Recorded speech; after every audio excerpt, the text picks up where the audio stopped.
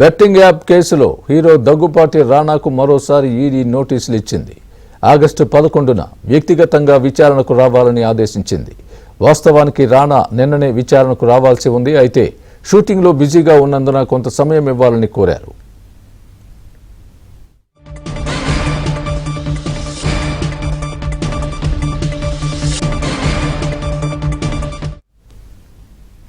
ఇదే అంశానికి సంబంధించి పూర్తి అప్డేట్ మా ప్రతినిధి ప్రవీణ్ చెబుతారు. ప్రవీణ్, బెట్టింగ్ యాప్ కేసులో మరోసారి దగ్గుపాటి రానాకు నోటీసులు జారీ చేసింది ఈడీ. ఆగస్టు 11న వ్యక్తిగతంగా విచారణకు హాజరు కావాలంటూ కూడా నోటీసులు స్పష్టంగా పేర్కొన్నటువంటి పరిస్థితి కనపడుతుంది.